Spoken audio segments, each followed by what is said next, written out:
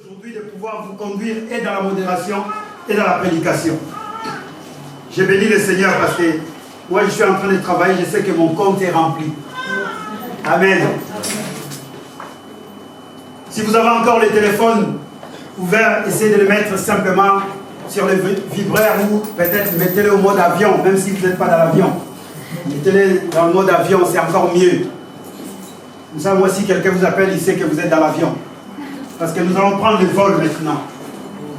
Alléluia. Je disais Alléluia. Est-ce que vous êtes là? La semaine passée, on a parlé d'un thème qui était l'œuvre de Dieu.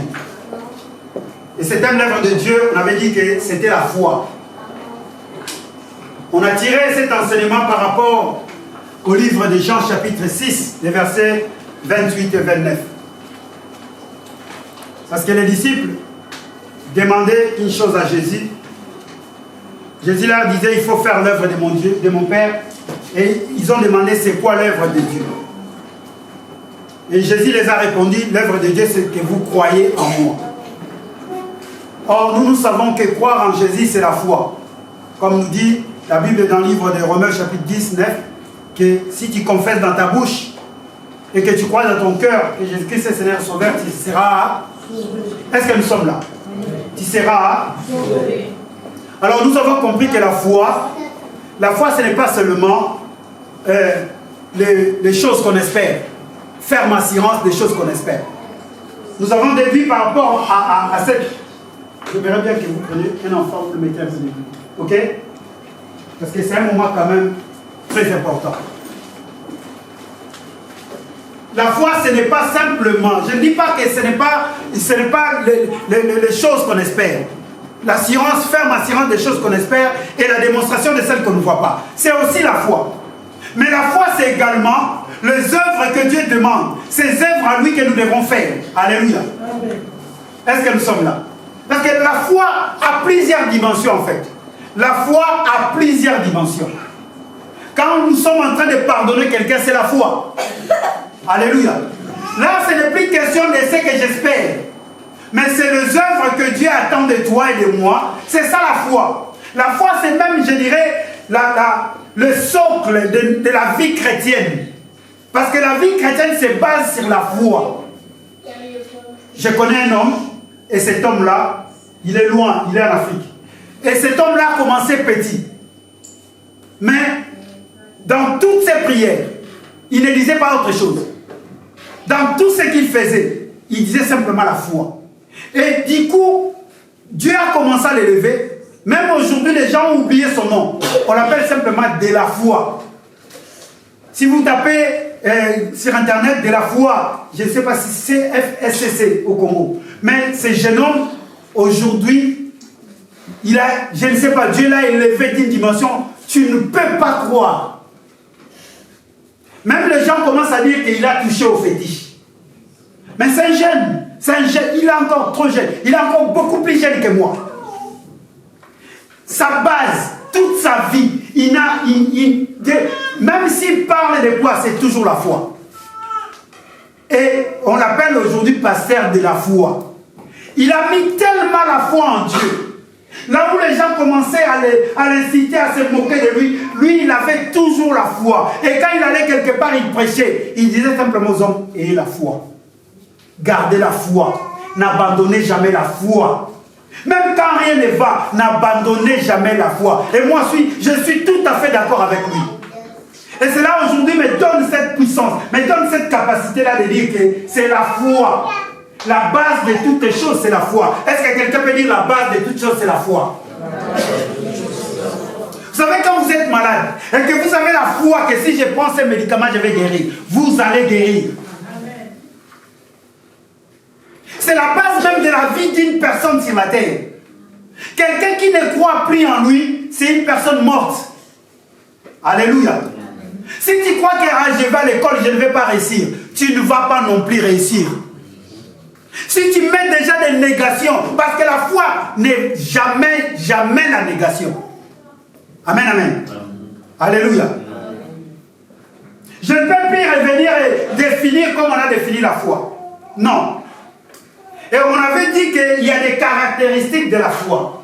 Ce matin, nous voulons continuer sur les caractéristiques de la foi. Note là où tu es. Les caractéristiques de la foi. La foi a ses caractéristiques. Parce que tu ne peux pas dire simplement j'ai la foi et que cette foi ne se manifeste pas. Dans le livre de Jacques au chapitre 2, une personne est en train de dire, montre-moi ta foi, moi je te montrerai mes œuvres. La foi sans les œuvres, c'est une foi morte. Alléluia. Oh non, moi je suis chrétien non pratiquant. Tu es une personne morte. Beaucoup de personnes disent ça. Moi je suis chrétien, hein? Ça n'existe pas. Un chrétien non pratiquant, ça n'existe pas. Soit tu l'es, soit tu ne l'es pas. Alléluia. Je disais alléluia. Nous avons parlé de l'humilité la semaine passée. Et nous avons dit que l'humilité, beaucoup de personnes pensent que l'humilité, ce n'est pas parler. Non, ça, ce n'est pas l'humilité. Ça, ce n'est pas l'humilité. Beaucoup de personnes pensent que quand je suis calme, hein, c'est ça l'humilité. Non, ça, ce n'est pas l'humilité. Par rapport à la foi, parce que je parle à un chrétien, l'humilité, c'est d'abord être humble par rapport à la parole de Dieu. Alléluia. C'est ça l'humilité. Parce que la Bible dit, mettez-vous en colère, mais ne péchez. Donc, une personne peut se mettre en colère. Oh, cette personne-là n'est pas humble, pourquoi il se met en colère? Mets-toi en colère. Mais quand tu te mets en colère, la parole de Dieu te dit quoi? Donc, tu dois être humble par rapport à la parole. Hein? Quand on est humble par rapport à la parole de Dieu, bien aimé, automatiquement, on est humble envers les uns les autres. La colère, la haine, l'amour, c'est des sentiments qui sont en nous. Une personne peut avoir la colère. Une personne peut aussi avoir la haine. Je ne dis pas qu'il y ait la haine, non. Une personne peut avoir aussi de la méchanceté. Mais seulement nous sommes des enfants de Dieu. Qu'est-ce que la parole de Dieu nous dit? Notre humilité dépend de la parole de Dieu. Amen, amen. Je disais alléluia. C'est un enfant, comprenez. Il veut prêcher aussi, il veut être comme son grand-père. Je te donne l'onction qu'un jour tu prêches. Mais j'ai dit une chose, c'est qu'il y a important. Si nous commençons à obéir, la foi, c'est obéir à la parole de Dieu. En fait, c'est ça la foi. Et c'est ça qui donne l'humilité. Quelqu'un qui est humble devant la parole de Dieu, cette personne bien-aimée, toute sa vie, il va bien se conduire. Ce qui nous manque, nous ne sommes pas humbles par rapport à la parole de Dieu. Nous sommes humbles peut-être à travers les hommes. Parce que cet homme-là, c'est mon père, parce que c'est ma mère, parce que c'est lui qui me donne l'argent, je vais être humble. Quand il me dit quelque chose, je parle comme si c'est... Non, sois humble par rapport à la parole de Dieu. Quand tu es humble par rapport à la parole de Dieu, c'est à ce moment-là que tu verras que ta vie va commencer à se construire. Alléluia. Je disais alléluia. L'humilité, bien aimé, c'est appartenir à Jésus. C'est devenir le domaine privé de Jésus. C'est devenir le sanctuaire. Quand tu t'appartiens à Jésus, c'est là où on appelle l'humilité. On avait pris l'exemple de cet anneau. Un âne, le petit même de l'âne, un anneau. C'est ce qu'on appelle abruti. Mais ce jour-là, bien aimé, l'anneau a marché sur les tapis. Parce que Jésus est monté sur lui. L'humilité, c'est quand tu te laisses monter par Jésus. Quand tu laisses la parole de Dieu prendre le dessus sur toi. Parce que vous allez me dire, mais Jésus, il est où? Ce jour-là, il a monté sur un âne. Et aujourd'hui, comment il va monter? C'est la parole de Dieu. Quand la parole de Dieu prend le dessus dans ta vie, c'est là où tu peux te dire que je suis humble. Alléluia.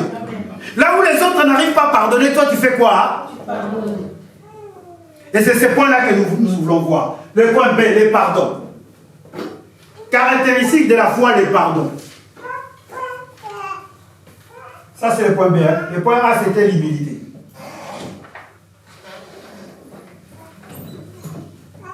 Le point B, c'est le pardon.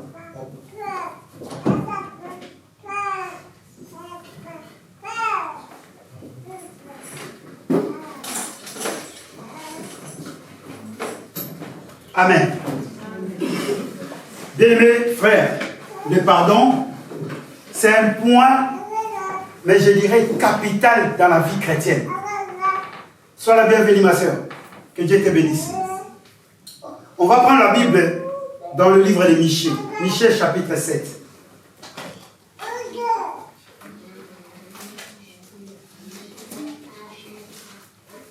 Pasteur, je suis avec toi. Michée 7, 18, 19.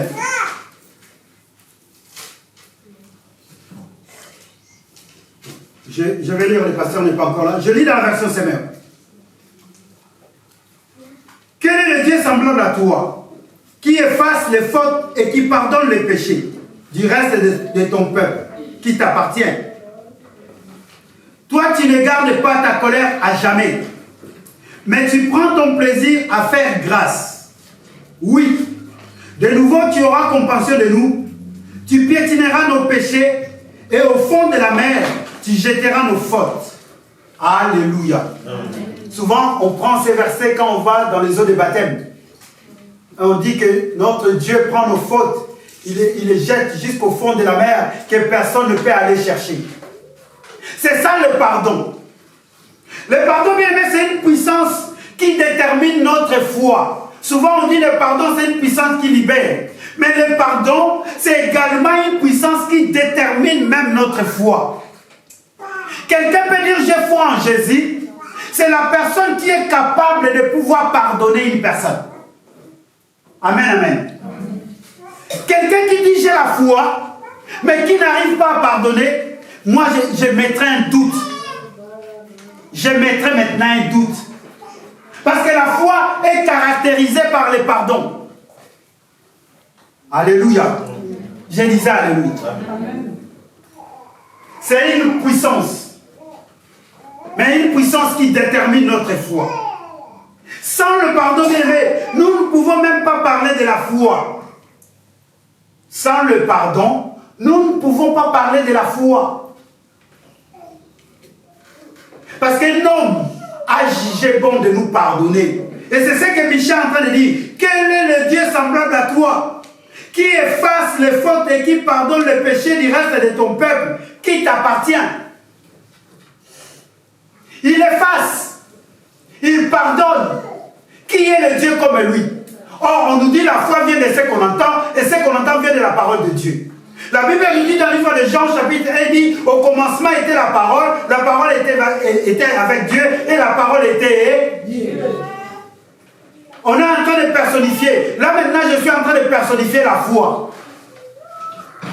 La foi, c'est la personne de Jésus. Et toi, tu vas dire, j'ai la foi.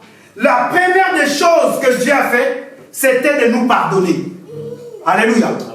La première des choses que Dieu a faites pour l'homme, quand l'homme a péché, c'était de nous pardonner. Amen, amen. Alors toi, tu es un enfant de Dieu. Jusque-là, tu ne pardonnes, tu n'arrives pas à pardonner quelqu'un. Bien, mes frères, je te dis aujourd'hui, tu as un problème. Devant Dieu, tu as un problème. Et tu as un sérieux problème devant Dieu. Même si devant les hommes, tu te fais un gros dos. Même si devant les hommes, tu te dis que non, celui-là, dans ma vie, jamais. Mais tu as un problème devant Dieu. Hier, j'étais dans un mariage. Et je parlais avec des bien-aimés frères. Je leur disais, bien-aimés, vous savez, même si tu vis 100 ans, même si tu vis 120 ans, laisse-moi te dire, c'est infime, c'est un temps très court. Amen. Amen. Parce qu'il nous reste l'éternité à vivre.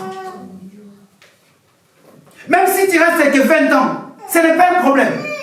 Même si tu restes 80 ans, ce n'est pas un souci. Mais c'est l'éternité qui compte.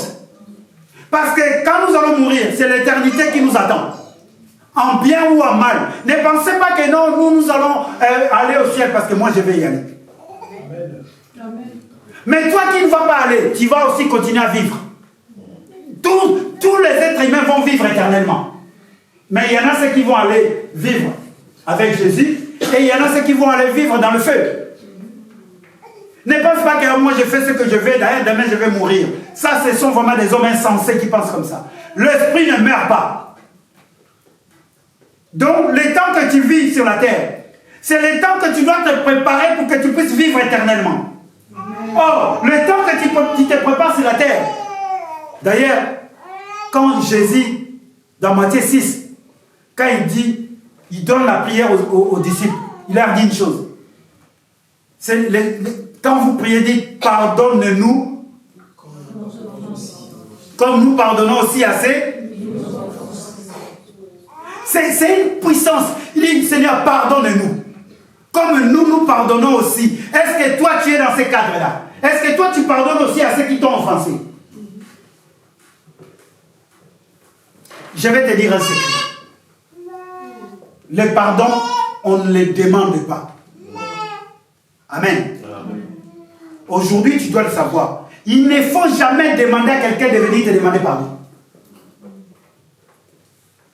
Ah, tu vas me dire, mon frère Samuel, mais ça n'existe pas, quelqu'un m'a fait du mal. Il faut... Non. Je vais te dire un secret. Tu veux rester dans la foi. Tu dois d'abord pardonner avant que la personne vienne te demander pardon. Amen, amen. Est-ce que quelqu'un est là? Nous voulons rester vraiment des personnes humbles. La personne humble, il pardonne ou elle pardonne avant même qu'on puisse venir lui demander pardon. Pourquoi je dis cela? Bien aimé, personne parmi nous n'est allé demander pardon à Dieu. Est-ce que vous le savez? Non. Adam, Ève, ils n'ont pas demandé pardon à Dieu. Ils ont commencé à donner des explications. Adam, qui t'a dit que tu es libre? As-tu mangé des... Non, non, c'est la femme que tu as mis à mes côtés. Jamais Adam avait dit à Dieu, Dieu, pardonne. Est-ce que nous sommes là? Jamais. Ève, qu'est-ce que tu as fait? Oh non, au lieu de dire simplement, c'est Dieu, pardonne-moi. Non, c'est le serpent qui m'a... Et c'est ce que nous sommes aujourd'hui. C'est ce que nous sommes aujourd'hui. Donc Adam pensait que Ève devait venir lui dire, chérie, pardonne-moi parce que c'est moi qui t'ai induit en erreur. Mais quand Dieu regarde, Dieu ne leur demande même pas de lui demander pardon. De sa bonté, de son humilité. C'est Dieu qui commence d'abord à pardonner lui-même. Est-ce que tu peux être là comme un enfant de Dieu à pardonner quelqu'un qui n'est même pas venu te demander pardon? Alléluia. C'est ça la puissance. C'est ça la puissance, bien-aimée. En fait, le pardon, tu dois considérer celui qui a offensé comme une personne faible. Amen.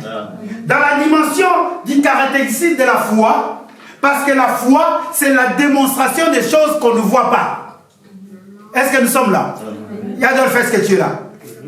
Qu'est-ce qu'on ne voit pas? Quelqu'un t'a fait du mal, mais la personne n'est pas venue te demander pardon, toi tu lui pardonnes. C'est ce qu'on ne voit pas. Or, sur la terre, donc normalement dans la réalité, c'est lui qui t'a fait du mal, c'est lui qui va venir te demander pardon. Mais par rapport à la foi, la personne qui t'a fait du mal, ce n'est pas elle qui va venir te demander pardon. C'est toi à lui pardonner. Pourquoi? Parce que la personne qui t'offense, tu dois les considérer comme une personne faible. Alléluia. Parce que c'est une personne qui peut-être ne connaissait pas. C'est une personne qui peut-être il s'est égaré. C'est une personne qui peut-être il a été envoûté. Vous savez, des fois, les gens nous font du mal, ils sont envoûtés. Il te fait du mal, après il regrette, il dit, oh là là, comment j'ai parlé au pasteur. À ce moment-là, il ne savait pas. Il t'a fait du mal, peut-être à ce moment-là, il était en colère. Alléluia. Mais comment tu vas vouloir demander que cette personne-là, obligatoirement, vienne te demander pardon? Toi, tu es une personne forte. Tu es une personne qui connaît la parole. La parole de Dieu dit quoi? Que les forts supportent les... Alors pourquoi tu attends toujours qu'une personne vienne te demander pardon pour que tu puisses lui pardonner? Oh, nous sommes là. Ça, c'est une force. Si tu comprends des choses, si tu commences à comprendre que non, la personne qui m'a fait du mal, c'est une personne faible, bien aimé, il n'y aura jamais de problème dans nos assemblées. Même dans nos foyers. Même dans partout où on va être. Quelqu'un te fait du mal, tu dis, oh, je te pardonne. Je te pardonne. Mais c'est des choses qu'on ne voit pas. Et ça, c'est un des éléments, c'est ça la force d'un enfant de Dieu. C'est un enfant de Dieu qui n'attend pas qu'on vienne lui demander pardon, mais qui pardonne. C'est cela que Dieu prend plaisir. Et là, nous sommes maintenant dans Hébreux 6 et 11, 6, qui dit la foi, c'est être agréable à Dieu. C'est ce que Dieu attend de toi et de moi. Ce sont ces œuvres-là que nous devons manifester. Quelqu'un te fait du mal, mais toi, tu vas vers lui. Tu dis, oh, hier, tu sais, tu m'as blessé, mais je te pardonne. Amen. Ah, la personne ne veut me regarder. La personne a dit, non, pasteur Samuel, non. Certes, c'est vrai. Il faut qu'il y ait la réparation. C'est vrai, il faut qu'il y ait la réparation. Mais bien aimé, si toi tu attends simplement la réparation, et si demain Dieu t'appelle, et que la réparation n'est pas encore là, comment tu vas faire? Tu vas partir sans pouvoir pardonner à quelqu'un. Or, dans Matthieu 6, il dit, pardonne-nous. Donc si toi tu ne pardonnes pas, Dieu non plus ne t'a pas pardonné. Amen. Amen. Dieu ne dit pas que vous attendez d'abord les personnes viennent vous demander pardon. Non. Dieu dit d'abord pardonne ceux qui t'ont offensé. On ne dit pas les offenseurs attendent le pardon.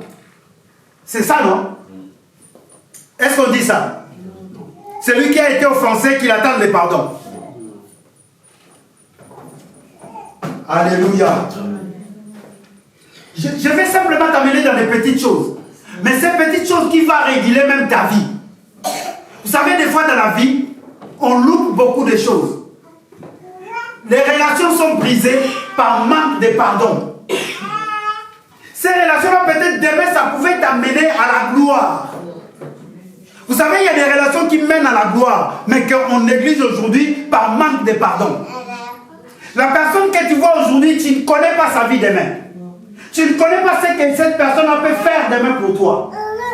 À cause d'une dispute, à cause d'un petit problème, toi tu ne veux pas lui pardonner.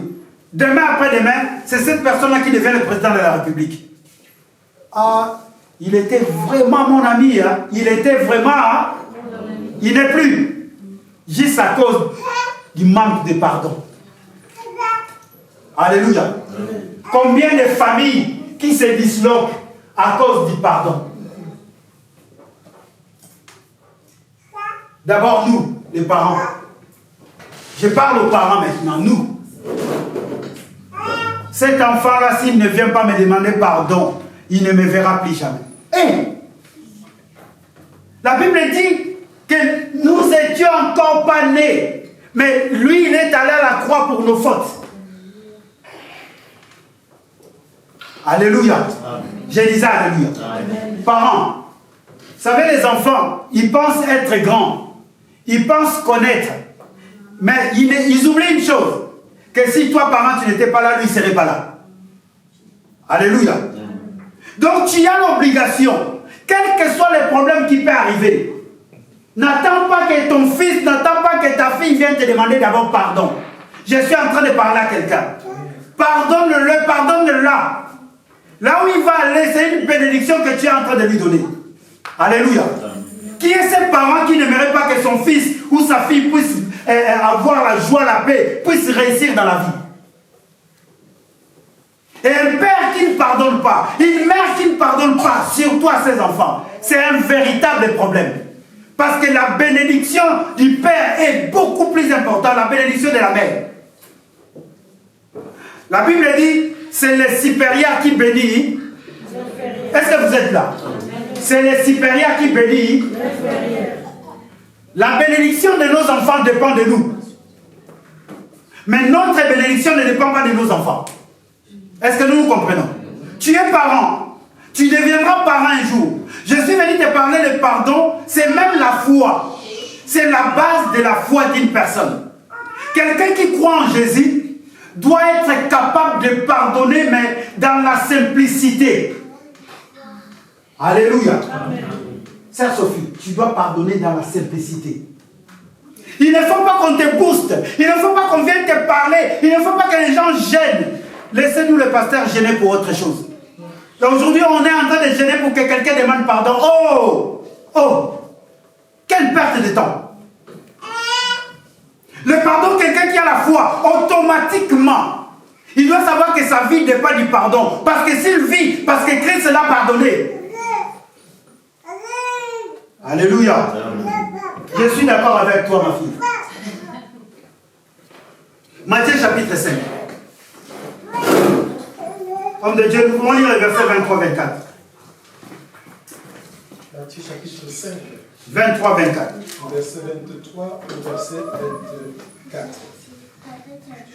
Je lis.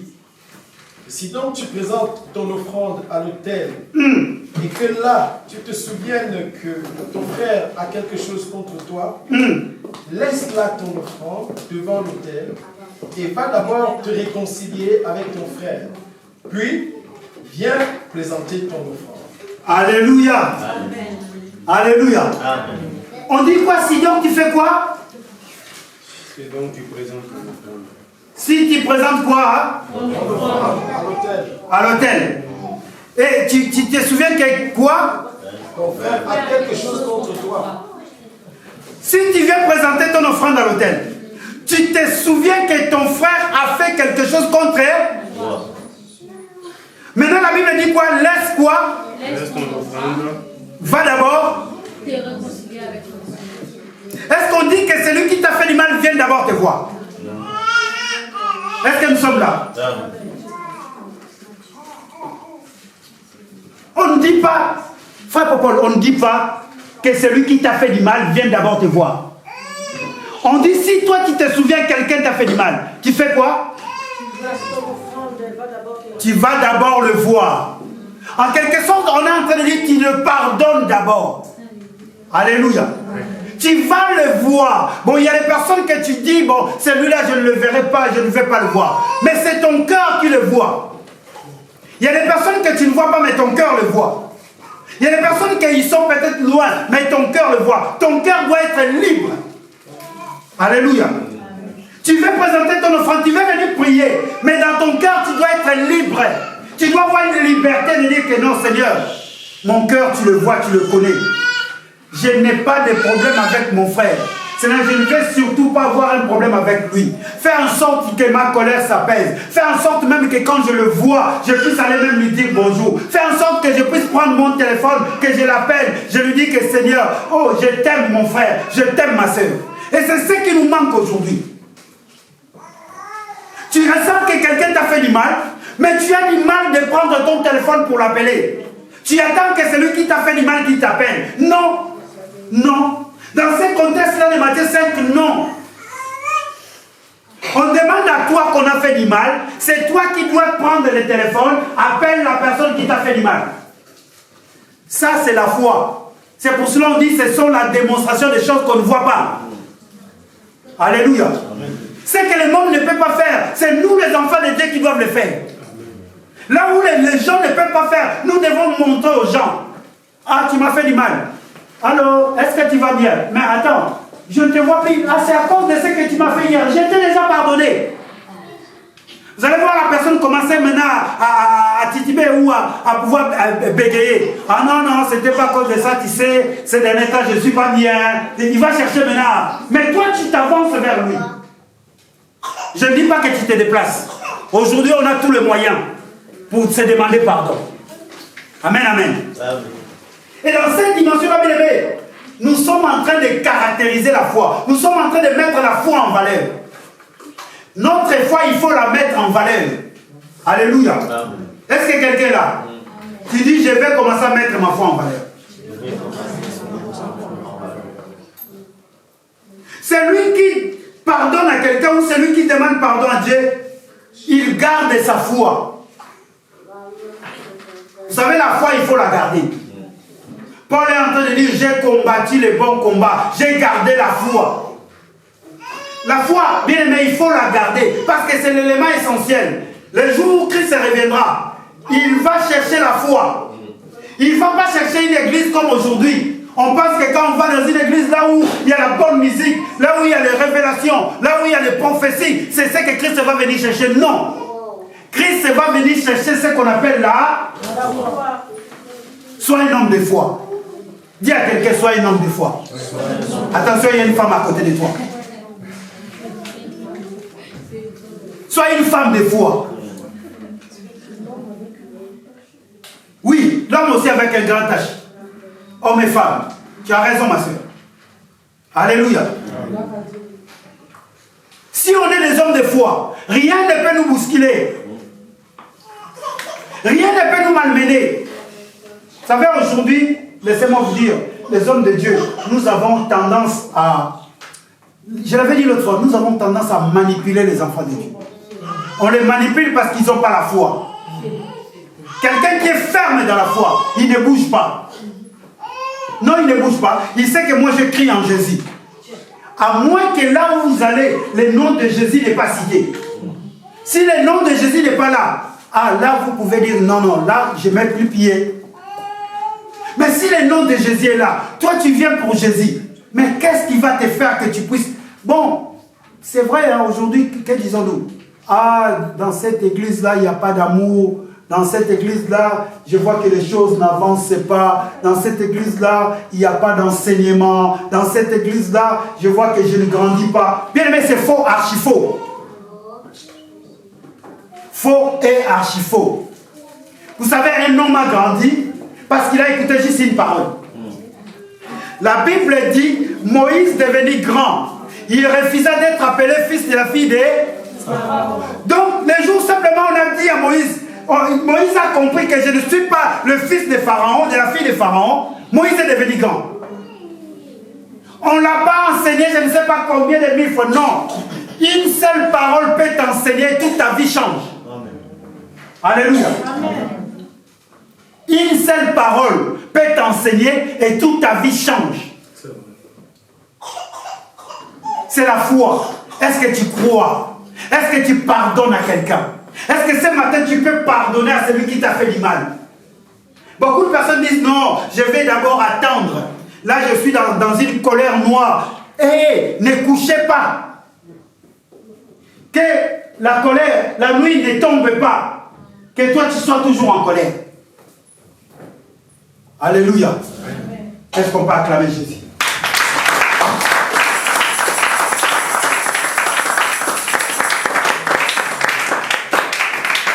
À la maison, lisez Romains 5, 6 à 8. Je l'ai évoqué tout à l'heure, mais lisez à la maison.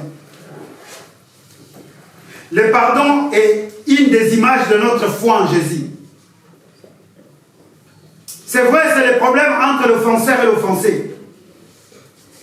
C'est vrai, comme j'ai dit tout à l'heure, il faut qu'il y ait la repentance de l'offenseur. Il faut qu'il y ait la réparation. Mais le vrai problème, bien aimé, se trouve d'abord dans la dimension spirituelle. J'insiste, bien aimé. Le vrai problème se trouve dans la dimension spirituelle. Celui qui a été offensé doit faire un effort de pardonner l'autre. Sinon, il risque de devenir un mur.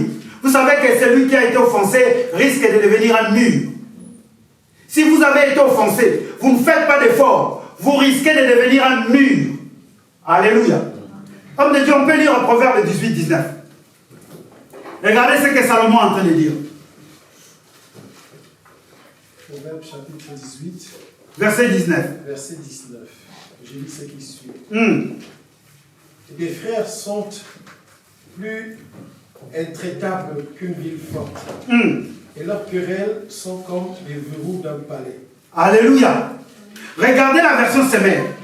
Il dit un frère qu'on l'en a offensé. Un frère qu'on l'en a offensé.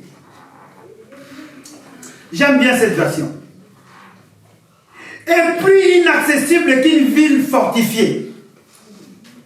Un frère qu'on a offensé est plus inaccessible qu'une ville barricadée en fait. Si on vous a offensé et que vous n'arrivez pas à pardonner quelqu'un, vous devenez comme, vous êtes même inaccessible qu'une ville qui est barricadée en fait.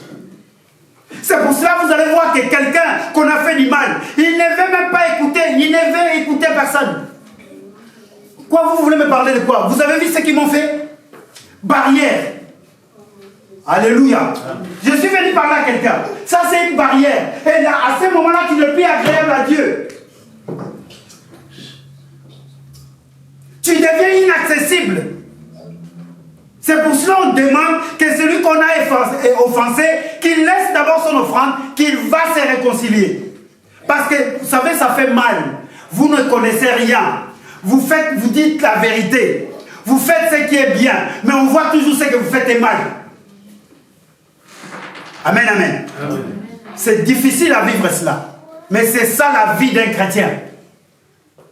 Vous souvenez de rien. Quand vous êtes vous-même, vous dites, mais quel mal j'ai fait. Mais pourquoi toujours moi? C'est à ce moment-là, quand vous n'avez pas le pardon, vous devenez inaccessible. Il y a des personnes qui ont parti des églises parce qu'ils deviennent inaccessibles. Hier, je parlais avec un frère. Il me dit, frère, j'ai dit, mais pourquoi quand c'est arrivé, tu ne m'as pas appelé? Il me dit, frère, je savais que si je t'appelle, tu allais venir me donner des conseils. Inaccessible. Et beaucoup de personnes, ils sont chrétiens, aujourd'hui inaccessibles. Ils coupent les ponts directement. Parce qu'ils savent que si les personnes viennent nous parler, peut-être il va changer des positions. Ah non, non, je ne veux même pas que personne ne parle. Moi, avec mon Dieu, vous savez, moi, je connais. Et c'est là les vrais soucis. Amen, amen. Amen.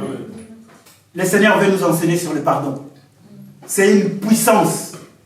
C'est une force. Et c'est ça qui caractérise la foi d'un enfant de Dieu. Si tu es là, tu n'as pas encore pardonné quelqu'un. Je t'en supplie. Pardonne à quelqu'un. Alléluia. Je disais alléluia. Amen. On va bientôt finir l'année.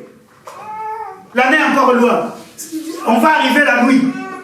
Mais pourquoi tu ne pardonnes pas à quelqu'un? Alléluia. Ne sois pas un mur pour l'autre. Ne sois pas inaccessible pour l'autre. Parce qu'on doit se communiquer les uns les autres. On doit prier les uns les autres. On doit s'aimer les uns les autres. Mais si toi tu deviens un mur, qu'est-ce que tu vas faire?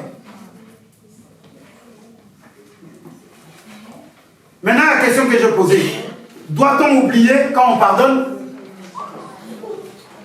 Est-ce qu'on doit oublier quand on pardonne? Amen. Amen. C'est là le problème. Est-ce qu'on doit oublier quand on pardonne? Oui. Donc je vous invite mardi à partager sur cela. Est-ce qu'on doit oublier quand on pardonne? Oui. Vous êtes sûr qu'on doit oublier? Non. Ah. Bon, je vous invite mardi. Mardi, soyez là au partage. Amen. Alléluia. Amen. C'est là les vrais soucis. Est-ce qu'on doit oublier quand on pardonne? 2 Corinthiens chapitre 5, 17. On connaît dans ces versets-là. Quand quelqu'un vient en Christ, les choses anciennes font quoi? Voici toute chose est devenue nouvelle. Les choses anciennes sont passées. Bien aimé, la mémoire d'une personne n'oublie pas. Surtout quand on te fait du mal, la mémoire n'oublie pas. C'est faux quand on dit que non, j'ai oublié. On n'oublie pas. C'est faux. Disons les vrais, on n'oublie pas. Seulement Dieu nous invite à quoi? À ne plus considérer ces... Bien, mais oublier, on ne peut jamais. Mais attends, on t'a coupé les bras, est-ce que tu vas oublier qu'on t'avait coupé les bras? On oublie souvent les biens qu'on nous fait, mais les mal que les gens nous font, jamais on les oublie. Mais seulement Dieu demande quoi? De ne plus les considérer. C'est ça le pardon. Il ne faut plus considérer ces choses. Quand tu arrives dans la dimension de ne plus considérer ces choses-là, tu sais que ces choses-là ont été faites. Bien, mais si on garde encore là-dedans, si une personne, parce qu'on sait toujours que la chose-là est là. Amen, amen. Est-ce que je suis là ce matin?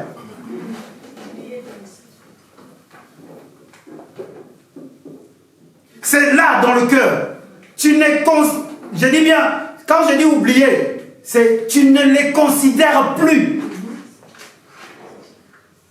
Mais quelque part dans ton esprit, tu sais. Mais seulement tu ne considères plus.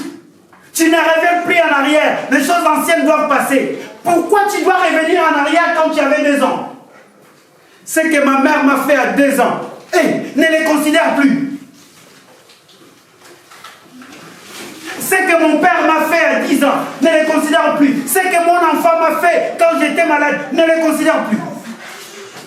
Alléluia. Je disais Alléluia. Amen. Est-ce que quelqu'un aujourd'hui peut ne plus considérer ce qu'il a subi, le mal qu'il a subi? Parce que souvent on subit les choses même dans nos propres familles. C'est ça la force d'un enfant de Dieu. Quand les gens vont te voir, vont te dire, celle-là c'est une folle. Hein? Non, tu n'es pas folle. C'est parce que tu aimes le Seigneur. Parce que tu as foi en Jésus. Et que même si les personnes t'ont fait du mal, mais quand Dieu te regarde, il dit, tu es mon enfant. Alléluia. Amen. Ce qui est important, bien aimé, c'est un jour quand Dieu reviendra qu'il puisse nous prendre. Ta famille t'a fait du mal. Mais c'est quoi? Avec la vie éternelle et le mal qu'on t'a fait, tu choisis quoi? Amen, amen. Amen. Il est midi moins 5. Je vais prendre un point. Un deuxième point. Et je vais commencer. Même si je ne finis pas. Mais la parole de Dieu continuera. Alléluia. Amen. Tu marques, point C, la réserve d'huile. Caractéristique de la foi, la réserve d'huile.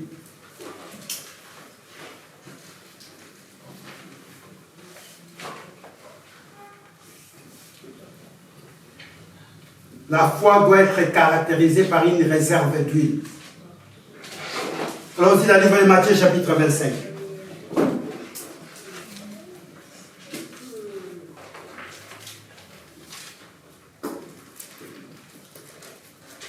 Matthieu, chapitre 25. Du 1er au 13e verset. Mais on va commencer à lire tout doucement. Matthieu 25, première. Matthieu, chapitre 25. Ouais. Le verset 1er. Je commence à lire. Si vous y êtes. Alors le royaume des cieux sera semblable à 10 vierges qui, ayant pris leur lame, allèrent à la rencontre de l'époux. 5 d'entre elles étaient folles et 5 sages. Les folles, en prenant leur lame, ne prirent point d'huile avec elles. Mais les sages prirent avec leur lame de l'huile dans des vases. On peut même déjà commencer à s'arrêter là. Merci, merci pasteur. La foi se caractérise par une réserve. Mais la foi des enfants de Dieu, j'ai dit la réserve d'huile, parce qu'on est en train de nous parler de l'huile dans ces contextes. Souvent dans la Bible, quand on parle de l'huile, on a tendance, mais c'est bien et c'est vrai, de prendre de l'huile comme l'Esprit, le Saint-Esprit. Et c'est vrai d'ailleurs. Mais ici, l'huile, bien aimé, j'aimerais bien te dire, l'huile, c'est les œuvres. L'huile, c'est les comportements. La foi que tu as, que j'ai, doit être caractérisée par une réserve, bien aimé. On dit qu'il y avait 10 vierges, n'est-ce pas?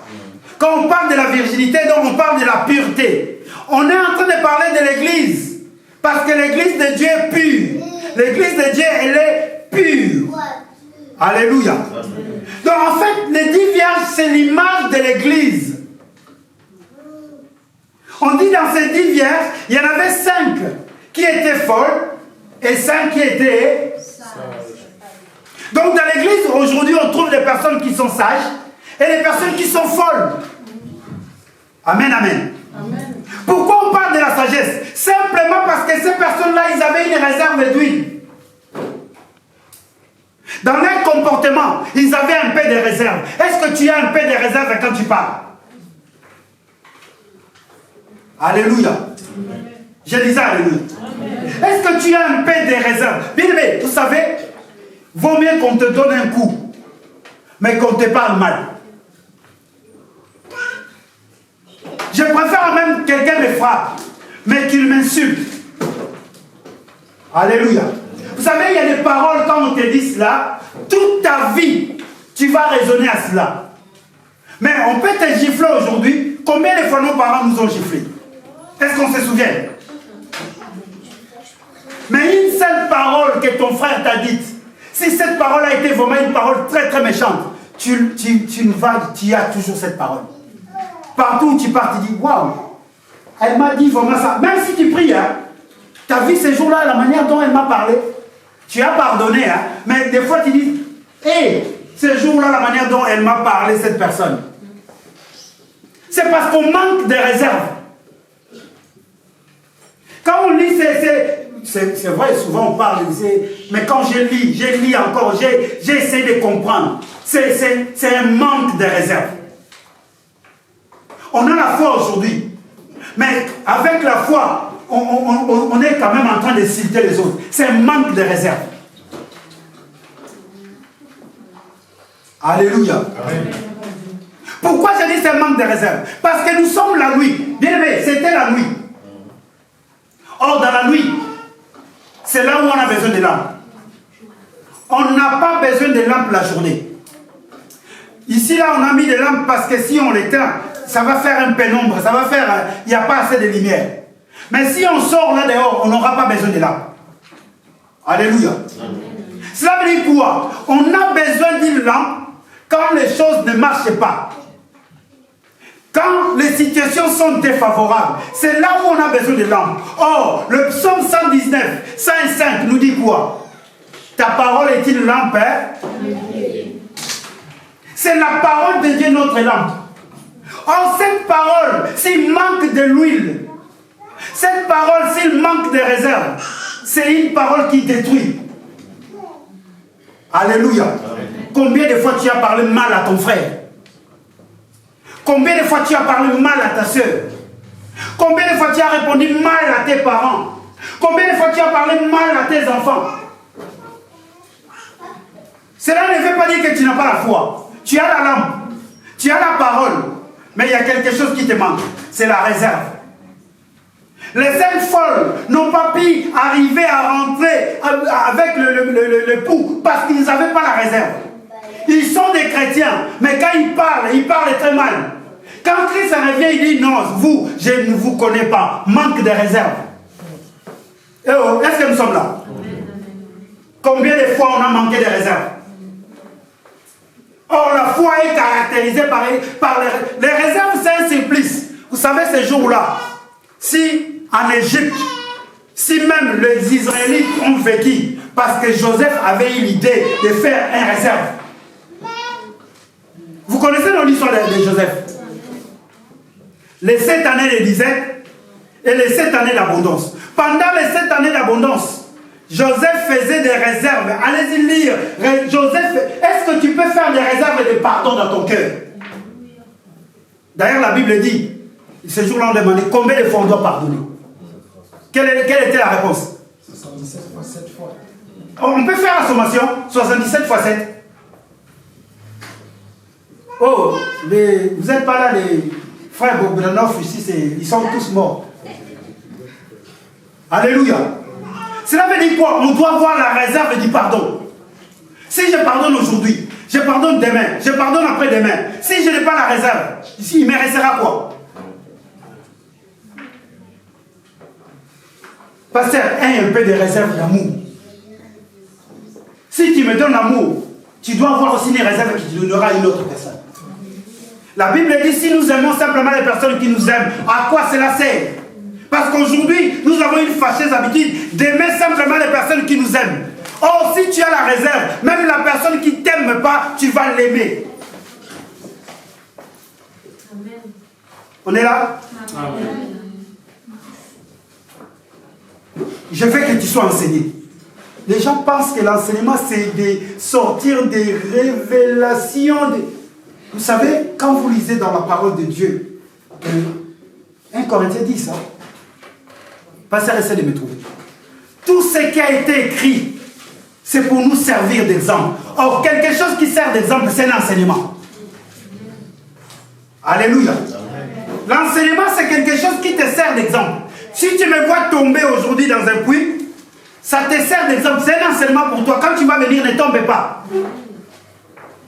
Si toi tu veux simplement qu'il y ait un docteur qui vienne t'enseigner, qui te dise que non, ceci, ça veut dire, aujourd'hui beaucoup de pasteurs nous amadouent par rapport à leur pensée. Ils vont vouloir sortir quelque chose. Et en plus ils ont les kilos. 1 Corinthiens 10, 1 Corinthiens 10, 6, merci. Tout ce qui a été écrit, c'est pour nous servir d'exemple. Et tout ce qui se passe sur la terre, c'est pour nous servir d'exemple. Mais il faut tirer même les exemples de ce qui se passe. Quelqu'un a échoué, c'est un enseignement pour toi. Quelqu'un a insulté son frère, c'est un enseignement pour toi. Tu vas voir que les personnes ne s'entendent plus. Quand tu vois qu'ils étaient des bons amis, mais aujourd'hui ils ne s'entendent plus. Toi, tu dois être enseigné à cela. Alléluia. Est-ce que quelqu'un peut dire la réserve? Est-ce que quelqu'un peut dire, Seigneur, donne-moi la réserve? Si tu n'as pas la réserve, tu vas rester 20 ans avec ton mari, avec ta femme. Vous savez, rester avec une femme, c'est toute une vie. D'ailleurs, la Bible dit que personne ne sait pas ce que Dieu a dit. Bon, maintenant, vous vous réveillez le matin, à midi, le soir, vivre le mariage. Chérie, que Dieu te bénisse. C'est le moment le plus difficile. Tu es tous les jours avec la personne. Que la personne sente mauvaise, tu es avec elle. Que la personne pue de la bouche, tu es avec elle. Vous qui cherchez à se marier, choisissez bien. Tu vas aller te marier parce qu'il est beau, mais il pue la bouche. Et tu vas rester avec elle. Il faut que tu aies un peu de la réserve à supporter cela. Alléluia. Que Dieu nous bénisse. Il y a des personnes qui sont séparées parce qu'ils ont manqué de réserve. Il a vu la beauté extérieure. Quand il rentre à la maison, la personne, il est comme ça. Moi, quand je viens à la maison, j'enlève mes chaussures, je jette là. Mais maintenant, si ma femme n'a pas une réserve de patience, mais on va se chamailler tous les jours à la maison. Alléluia. Dans la vie, quand on n'a plus de réserve, c'est là où tout s'écroule en fait. Ils ne sont pas rentrés, ils ne sont pas allés avec l'époux parce qu'ils ont manqué de la réserve. Je demanderai à une personne qu'il puisse avoir de la réserve. La foi se manifeste quand on a une réserve. Et la foi va continuer. C'est les vierges sages, ils ont continué avec l'époux parce qu'ils avaient de la réserve. Alléluia. Colossiens chapitre 1, 12 à 14.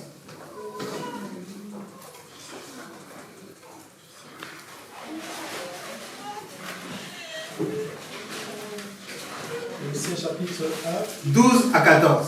verset 12 au verset 14.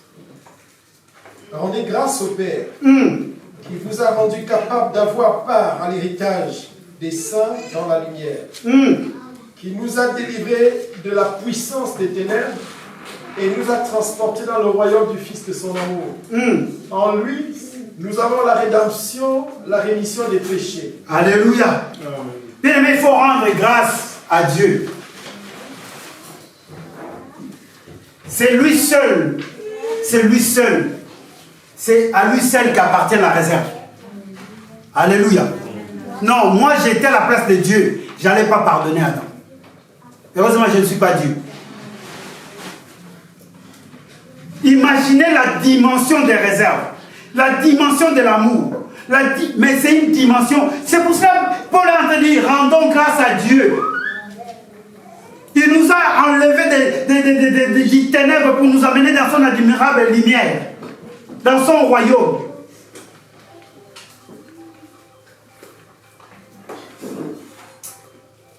C'est de l'abondance du cœur que la bouche. Mais dans ton abondance là, est-ce qu'il y a un peu de la réserve?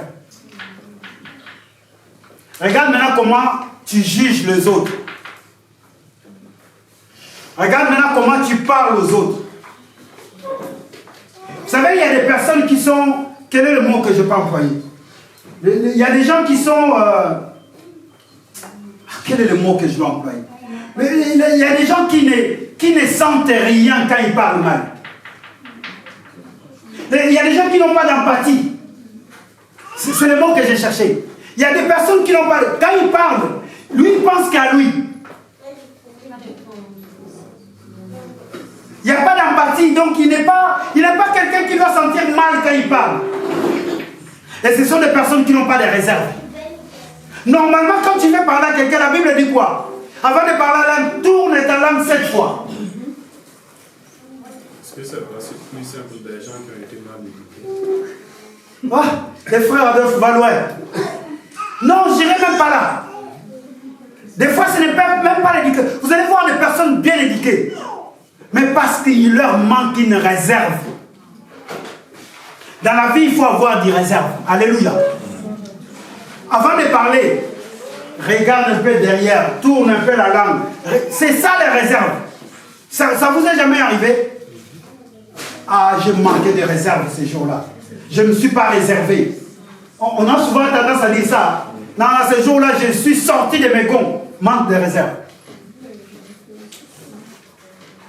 Ah, je n'ai pas, ces jours-là, non, j'ai pas pu. Parce que tu n'as pas eu de réserve. Or, quelqu'un qui a des réserves, il sait, il dit, j'ai toujours mes munitions. Amen. Amen. Est-ce qu'il y a quelque chose d'ajouté dans notre vie ce matin? Amen. La Bible dit dans le livre de 2 Pierre, chapitre 1, nous connaissons, rajoutez à votre foi. Mais si tu n'as pas de réserve, tu vas rajouter quoi? Parce que la réserve, c'est le rajout, c'est le surplus. La réserve, c'est le surplus. Mais si toi, tu n'as pas de surplus, tu vas rajouter quoi, frère? Est-ce que quelqu'un a écouté ce matin? Rajoutez à votre foi la patience. Mais si tu n'as pas la réserve de la patience, tu vas rajouter quoi? Parce que des fois, le cœur s'arrête. Des fois, le cœur dit non. Les Congolais disent Nasuki. On traduit donc je suis fini, littéral. Je suis à la fin. Non, c'est bon pour moi, c'est fini. Non, tu manques de réserve. Parce que quelqu'un qui a des réserves, il doit aller loin. Paul est en train de dire, je suis en train de courir, je n'ai pas encore terminé la course. Je ne suis pas... Parce que quelqu'un qui n'a plus de réserve, il va s'arrêter en cours de chemin. Si tu n'as plus la réserve du souffle, comment tu fais pour gagner la course? Alléluia. Je disais alléluia. Est-ce que quelqu'un m'a compris ce matin? Changeons notre mode de vie. Notre vie sur la terre est tellement courte. La vie est tellement courte. Mais ce qui nous attend, c'est ça qui est beaucoup plus long. Moi, je suis venu par là, quelqu'un, change ta vie. Si tu n'avais pas de réserve par rapport à tes paroles, si tu n'avais pas de réserve par rapport au pardon, si tu n'avais pas de réserve par rapport à l'humilité, essaye maintenant d'être cette vierge-là sage. Alléluia. La nuit. Quand rien ne va, c'est la nuit. Et vous savez, je vais vous dire une chose, je vais finir là. Normalement, la parole de Dieu, nous avons besoin d'elle que la nuit. Vous avez dit, pasteur, mais la parole de Dieu, on a besoin d'elle tout le long de notre vie. Parce que nous vivons dans la nuit. Le monde se caractérise par les ténèbres. Et nous avons besoin de la parole de Dieu pour pouvoir éclairer. Alléluia. Est-ce que quelqu'un m'a compris? Parce que quand le jour viendra, quand le Seigneur Jésus viendra, qui est le jour, on n'aura plus besoin de la parole. Tu as besoin de la parole de Dieu pour toute ta vie. Parce que c'est la nuit, c'est les ténèbres. Le monde est caractérisé par les ténèbres. Mais maintenant, toi, tu vas vivre 80 ans. Si tu dis que je vais pardonner simplement à 2 personnes, et la 3e personne qui viendra te faire du mal, comment tu feras pour lui pardonner? Amen, amen. Quand ta femme va te mentir, comment tu feras pour lui pardonner? Si tu n'as pas de réserve. Quand ton mari va faire du mal, comment tu vas lui pardonner si tu n'as pas de réserve? Les sages, ce sont des personnes qui ont des réserves. Et vous allez comprendre que dans ce contexte, ce n'est pas le Saint-Esprit. c'est les comportements. C'est personnel parce que quand ils sont venus dire, donnez-nous un peu de votre huile. Il dit, non, non, mais ça ne se donne pas. Je ne peux pas te donner mon comportement. C'est à toi-même de pouvoir faire en sorte que tu aies encore de la réserve. Ça ne s'achète pas. Tu ne peux pas aller acheter un comportement. Mais c'est la parole de Dieu qui est la réserve d'huile, qui va t'accompagner. Alléluia. Amen. Ne cherche pas à devenir comme Samuel. Mais cherche à comprendre la parole de Dieu. Alléluia. Amen. Jeune fille, vous êtes là. Jeunes garçons, vous êtes là. Les parents, vous êtes là. Amen. Dans notre manière de parler, ayons la réserve. Alléluia. Amen. La foi se caractérise par la réserve d'huile. Là où les gens maintenant vont comprendre que non, cet homme-là, il est, oh là là, il est magnifique, il est mystique. Parce que là où les gens sont en train de critiquer, toi tu ne critiques pas. Parce que tu as une certaine réserve. Amen, amen. Là où les gens sont en train de haïr, toi tu ne peux pas haïr une personne parce que tu as une certaine réserve. Tu as une réserve par rapport à cette parole que tu écoutes. Cette parole te donne la réserve. En fait, c'est la parole de Dieu qui nous donne la réserve.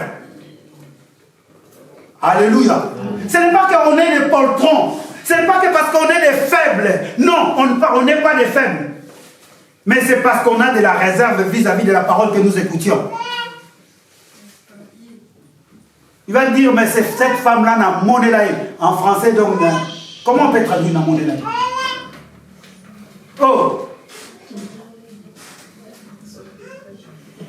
C'est difficile. Frappe Paul. N'a monnaie là en français. Cette femme-là ou cette personne-là, je suis même au-dessus d'elle. Je m'en moque d'elle. Souvent, c'est ce qu'on dit, je m'en moque d'elle.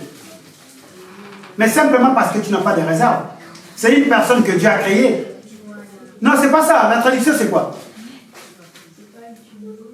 C'est ça. Hein? Et c'est souvent c'est ce que nous sommes les enfants de Dieu. Je suis venu par là un enfant de Dieu. Amen, amen. Si tel est ton cas, j'aimerais bien prier avec toi. À ce moment-là, bien aimés frères, sœurs, quand Christ reviendra, tu n'auras que la lampe, mais tu n'as pas d'huile. Parce que la lampe, si elle n'a pas d'huile, ça ne sert à... Une lampe qui n'a pas d'huile, ça ne sert à... Et de l'huile qui n'a pas de lampe, ça ne sert également à... Donc les deux doivent être toujours là. Tu as une lampe, tu as la parole de Dieu.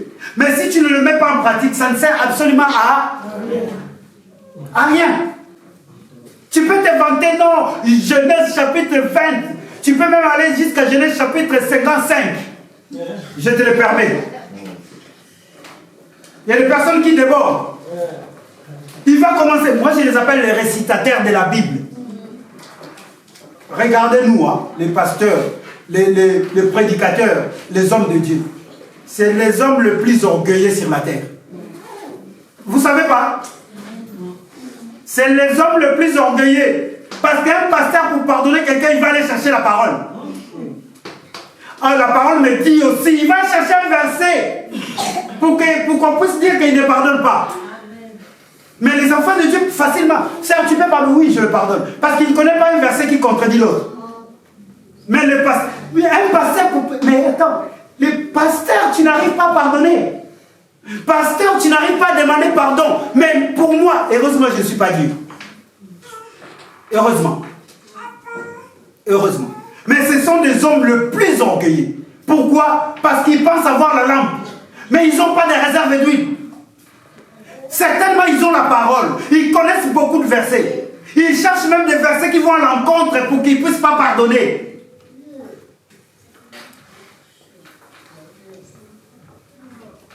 Je suis dedans aussi. Alléluia. Il faut beaucoup prier pour nous. Beaucoup prier pour ces hommes-là. Parce que des fois, quand on commence à monter, quand on commence, ça amène l'orgueil. La connaissance amène l'orgueil. Ah, qu'est-ce qu'il croit lui? C'est un petit. Moi, on me taxe des petits à chaque fois. Mais lui, là, c'est un petit. C'est l'orgueil, en fait. Or, avec Dieu, il n'y en a pas de petits, il n'y en a pas de grands. Ce jour-là, bien aimé, c'est un petit qui avait, je ne sais pas, 3 poissons. C'était un petit enfant. Tout le monde n'avait rien, mais c'est un petit enfant qui avait des poissons du pain. Et c'est grâce à ces petits-là que toute la foule a mangé. Avec Dieu, il n'y a pas de petits, il n'y a pas de grands. Ce n'est qu'une onction, ce n'est qu'une grâce en fait. Alléluia. Est-ce qu'on peut se tenir?